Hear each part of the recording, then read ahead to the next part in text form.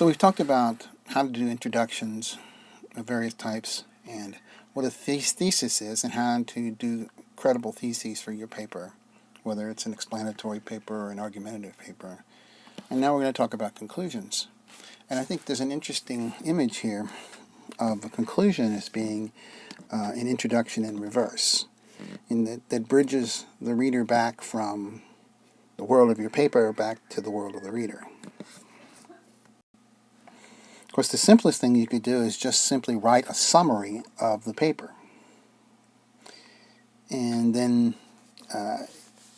you can extend that with a discussion of consequences or significance or implications for future study, etc., etc. But I think the conclusions I like reading the best are the ones that think large, think big, and place the subject in a larger context, social, cultural, historical. And I hope those are the kinds of conclusions that you have for your papers. The first category of conclusions is to make a statement of the subject's significance. You mentioned a minute ago. The so what type of conclusion. For example, the textbook talks about an article, a paper, on how sleep debt hurts college students. So, of course, the first thing they do is summarize.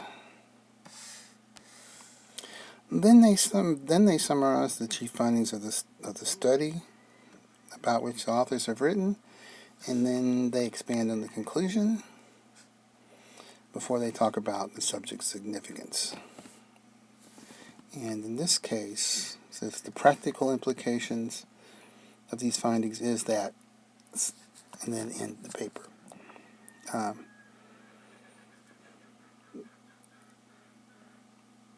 think the most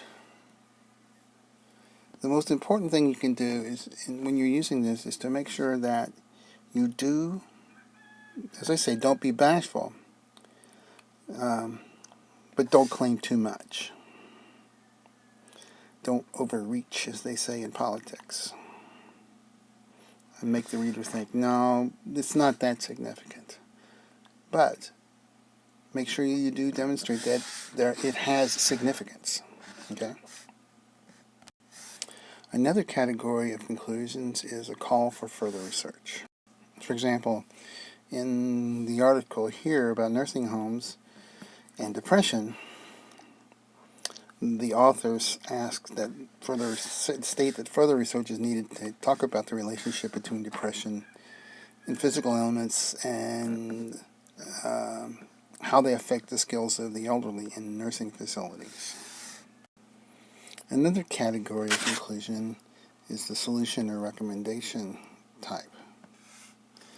This usually comes when you have a problem solution type research paper, where you set up a problem very carefully, define it, talk about its significance and extent, and then you set up a solution for it at the end. In the text that, in our text, they talk about problems in college sports and the exploitation of college athletes.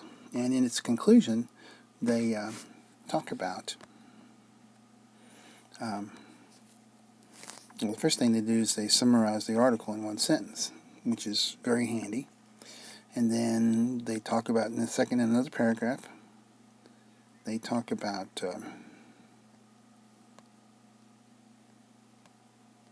how they analyze the problem further.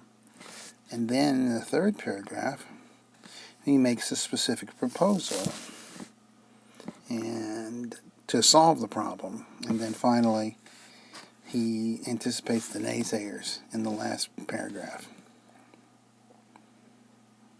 and returns to the general point that college athletes should receive a fairer deal than they're getting. So the bulk of this paper about college sports was about setting up the problem. The minority of it is about the solution. But that is a good way to end a paper. One of my favorite categories of conclusion is one of my favorite categories of introduction. Anecdote, or more simply, story. In a way, an anecdote is simply a way to state the significance of the topic and of the thesis by recounting something that happened in real life. In this case, there is a summing up of the paper, but there's a second summing up within the story that's told of Socrates here. And the author could have written more there, and that would have been acceptable, or he wouldn't allow the quote to speak for itself. But in this case, I think it worked pretty well by itself. So if you've got a particularly effective story, then let it finish the paper. Another way to conclude is with a quote. Now, the authors say that you want to make sure that the quote fits the thesis and that it's appropriate. Maybe it's appropriate to quote John Stewart, or maybe it's appropriate to quote Secretary of Labor. It all depends upon what you have written before. And so you have to make sure that the tone and the subject of the quote fit. In the case for this paper about same-sex schools education, what the author argues against these is using a quote by Richard Kahlenberg, who says that the only thing that it's not just academics that we teach in school, but it's also things like tolerance and a common experience in order to promote our democratic political system. So the quote is apt, and it fits, and it is authoritative. If you want to ask a question at the end, in the conclusion, that's totally appropriate. But be aware that it leaves issues unresolved.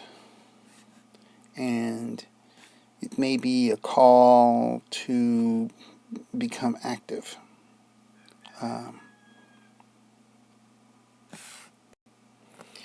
You can also not only ask the question at the end, raise the question, but you can also answer it. And it based on the material you've written about in your paper, the stuff you've researched and written about already. And you might just challenge your reader at the end. That's oftentimes a good way to end a paper, is to get the reader to do something more, to call them to do something more. Read, do political action, whatever it is. The last category they talk about is speculation,